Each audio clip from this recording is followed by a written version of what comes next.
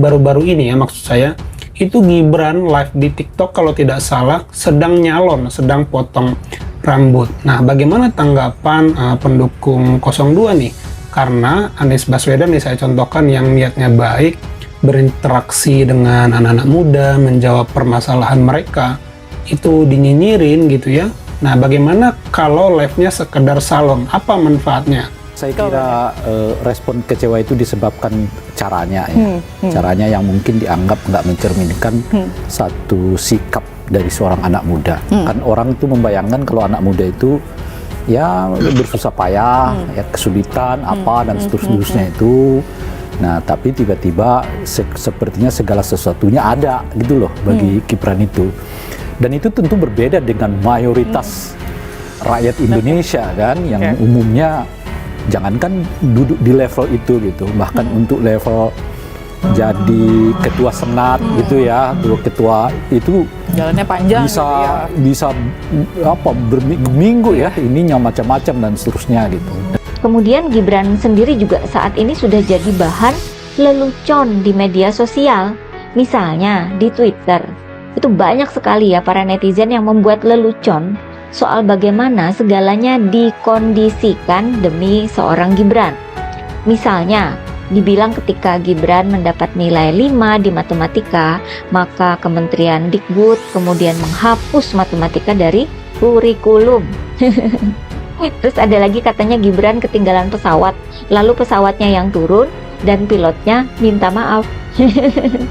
Dan masih ada ribuan lagi yang seperti itu ya. Anak presiden kok jadi bahan lelucon sih? Dasar netizen gak ada akhlak. Sindiran-sindiran cerdas yang satir itu ya begitu banyak beredar. Tidak hanya berhenti di media sosial, pasti juga diedarkan di grup WA ya. Biasanya begitu kan? Komentar yang cukup negatif ya terhadap beliau gitu, karena mungkin mereka merasa itu bukan representasi dari apa yang didefinisikan sebagai anak muda. Oleh karena itu mungkin juga perlu ini Gibran untuk cermati benar ini. Itu harus dicermati betul oleh Gibran, karena kalau benar itu lebih banyak negatif komentarnya, itu artinya sinyal bahwa anak-anak muda kita itu merasa bahwa Gibran bukanlah representasi dari mereka gitu loh. Saya tanyakan kepada pendukungnya 02 gitu ya, mungkin sebagian, gak semua, kalau yang seperti misalnya Ganjar atau Anies yang menjawab berbagai pertanyaan persoalan anak muda itu aja dianggap remeh, ini mah presiden TikTok gitu. Nah, kalau yang cuma nyalon terus live itu manfaatnya apa? Mode membaca Rocky Gerung, hujatan ke Gibran Raka Buming Raka ubah peta politik. Genpi.co 12/27/2023 pengamat politik Rocky Gerung menyebut hujatan publik terhadap Cawapres Gibran Raka Buming Raka mengubah peta politik. Pengamat politik Rocky Gerung menyebut hujatan publik terhadap Cawapres Gibran Raka Buming Raka mengubah peta politik antara foto Jessica Wisang. Genpi.co, pengamat politik Rocky Gerung menyebut hujatan publik terhadap Cawapres Gibran Raka Buming Raka mengubah peta politik. Rocky Gerung mengatakan awalnya Capres Prabowo Subianto yang bergantung terhadap Presiden Jokowi saat ini telah berubah. Saya menduga secara akademis, tadinya Pak Prabowo tergantung Pak Jokowi, sekarang Pak Jokowi tergantung pada Prabowo, katanya.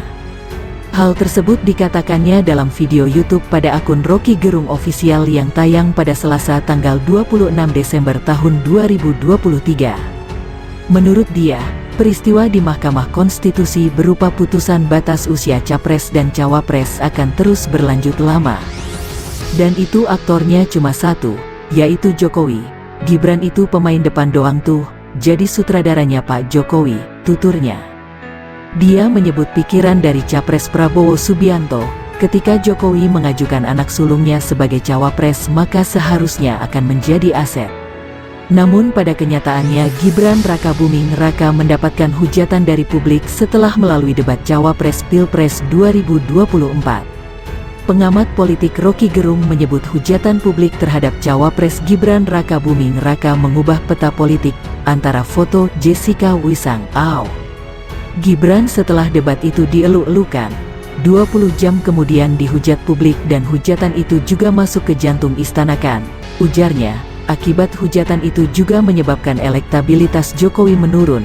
Pers, menurutnya juga terus mengangkat berita terkait hujatan terhadap Gibran itu.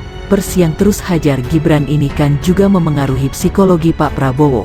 Ucapnya, asteris.